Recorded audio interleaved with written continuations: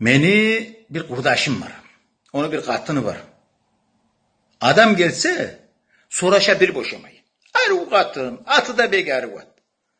Ama kızganç. Oh eli baş kızgançlık ayrılıkka oşamayı. Ertem varsam su taşı tüş olganca.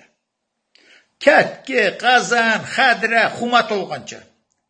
Tüşte varsam tişavru ulu başlana. Yayakları şişe, gözü yaşlana. Akşam varsam orun sola algasap. Yangılıp da aşına atın çıkarmay. Yatar kursak yartı yakşı bola deyip. Gece şolay aç kuyunne yatasan, erten turup aşka gözün satasan, hali verir, dağı verir bu gaydap er beri aylanasan, katasan, katın gelip seni bulan erinmey lakır eter. Tek aşı yok görünmey. Düşe saka haçsı savgul etmeye, son o başlay koymaymanıp gitmeye. Gitme de turup kol uzata, kolunu alıp kırga gözün arata, özümse söyley bir de başamay. Allah har oşamay git kalma çay içmeye aşamay ya erten çıkkan kaymağım ne vardı algasamay turgamızdan biraz tavuk çiçek soymağım ne vardı ay gittin ne yaxşı yolga bardağı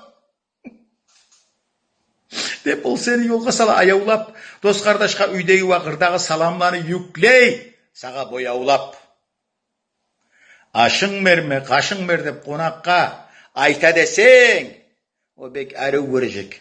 Allah kana aytayım ben size. Aş vergençe gelgellege şu katın. Kaşın tugul çıkarıp gözlerini verecek.